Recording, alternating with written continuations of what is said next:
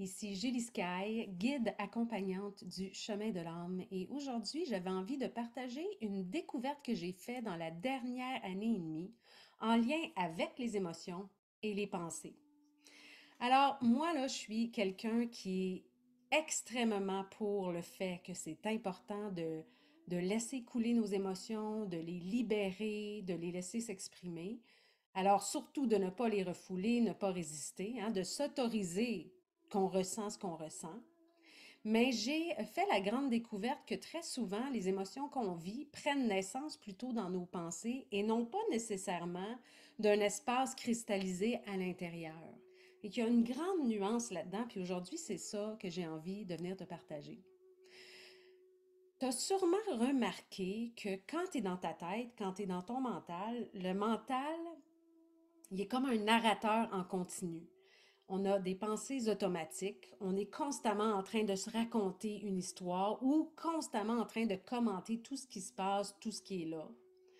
Et quand les émotions naissent depuis cet espace-là, c'est qu'il faut gérer nos pensées et non pas nos émotions.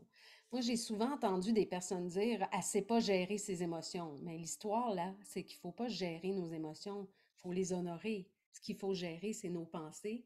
Puis apprendre à discerner la différence, donc la source de nos émotions, ça peut nous économiser tellement d'énergie et aussi des émotions inutiles. Fait que, je te fais un exemple.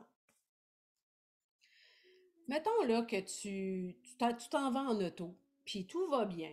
Tu sais, je veux dire, t'es bien. Il n'y a pas d'émotion apparente là, à ce moment-là. Et tout d'un coup, tu arrives à une intersection, puis il y a une voiture qui passe.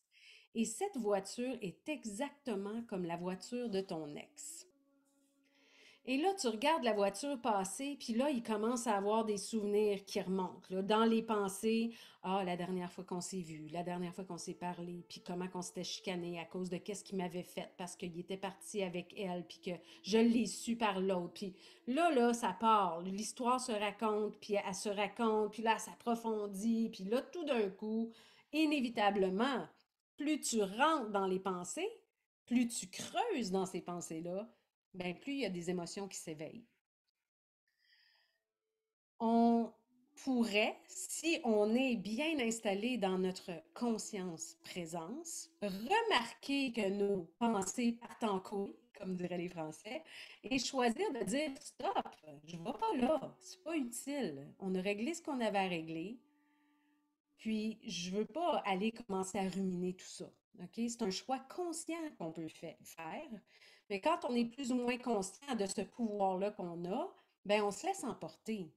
Et en se laissant emporter, ben là, il y a une foule d'émotions qui s'éveillent et tout d'un coup, tu arrives à ton rendez-vous, puis soit que tu es en pleurs, soit que tu es en crise, et là, tu racontes l'histoire, puis là, ça repart en boucle. Moi, j'ai été une experte d'être dans mes histoires, dans mes drames. OK? Puis en plus, je suis une fan de théâtre, fait que c'était encore plus intense pour moi d'être dans mon théâtre intérieur, qui me faisait vivre beaucoup d'émotions. OK? Mais quand on est conscient, on a un pouvoir, un énorme pouvoir, qui est de changer nos pensées. Alors, je te fais le scénario 2. Tu arrives à l'intersection, il y a la voiture qui passe qui est exactement comme la voiture de ton ex. T'en fais pas un grand cas, tu choisis de ne pas aller dans ces pensées-là, et là, tu tournes le coin, tu poursuis ta route, puis tout d'un coup, il y a un moton, il y a un inconfort, il y a, oh mon Dieu, c'est quoi qui est là, tu sais? Puis là, si tu écoutes ça, puis si tu respires un peu dedans, tu te rends compte rapidement, OK, j'ai quelque chose là qui veut monter, je vais lui laisser de la place. Et là, ça se peut qu'il y ait des larmes, tu sais, ça se peut qu'il y ait une évacuation émotive à ce moment-là, mais qui n'a rien à voir avec les pensées, rien à voir avec le rationnel ni le mental. Et c'est à ce moment-là que tu sais que tu es en train de libérer quelque chose qui était resté contenu. Moi, pour te raconter une anecdote, j'écris un journal intime depuis que j'ai 12 ans. Je suis rendue maintenant à mon 22e. Puis mes journaux intimes aujourd'hui, c'est quand même des gros livres. Là. Ben, tiens, par exemple. Et à un moment donné, j'avais sorti des anciens journaux parce que je cherchais vraiment quelque chose de très spécifique. Puis je me suis mis à lire, tu sais, à feuilleter les pages. Puis je suis tombée sur une peine d'amour que j'avais vécue en 2015. Puis je lisais une couple de passages de ça. Puis tout d'un coup, et sans crier gare, là, il y a une vague qui est montée. Je me suis mis à pleurer, là, mais pleurer fort, là, au point là, de morver, de moucher. Ça a été comme incroyable. Ça a duré 45 secondes. C'était fini après. J'ai continué de tourner les pages, j'ai poursuivi mon chemin. Et là, je savais pendant que j'étais dedans que, oh, boy, OK, il y a un morceau qui est en train de décoller, là, qui est en train de se libérer. Puis j'ai pas eu du tout à rentrer plus profondément dans l'histoire que ça s'est fait tout seul. Alors, c'est une nuance tellement, tellement importante parce que quand on pense que chaque émotion qu'on a, c'est une émotion qui demande à être libérée, mais qu'on n'a pas remarqué la source, on peut être constamment dans des émotions. Et les émotions, selon moi, sont les couleurs de la vie, hein. On ne vit pas que des émotions négatives, heureusement. On vit tellement de belles choses, tellement de joie, tellement de béatitude. Et ces belles émotions-là qui nous nourrissent, qui nous font grandir, qui nous élèvent, sont aussi possibles d'être produits par la pensée.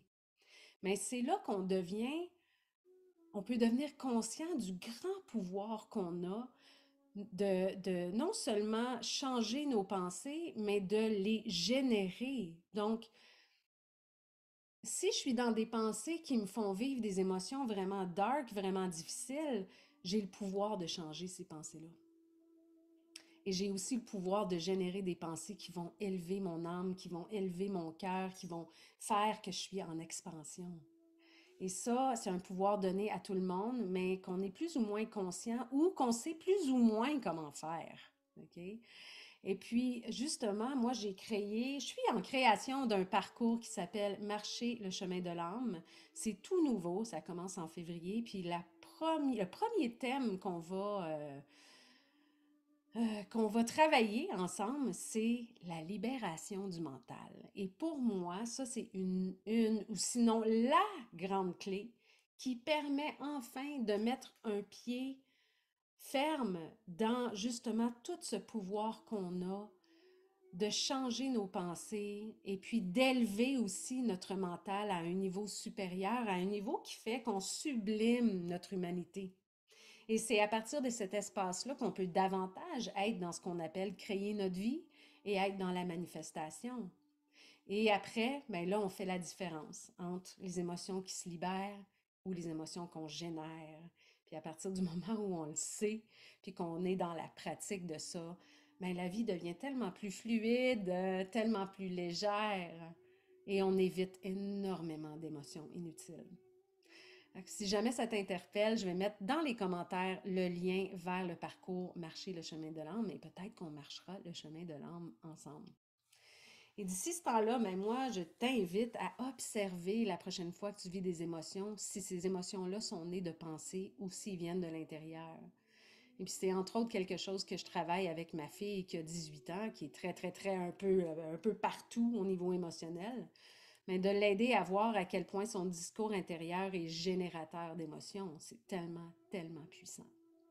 Alors sur ce, je te souhaite une belle journée et peut-être qu'on se verra pour marcher ensemble le chemin de l'âme.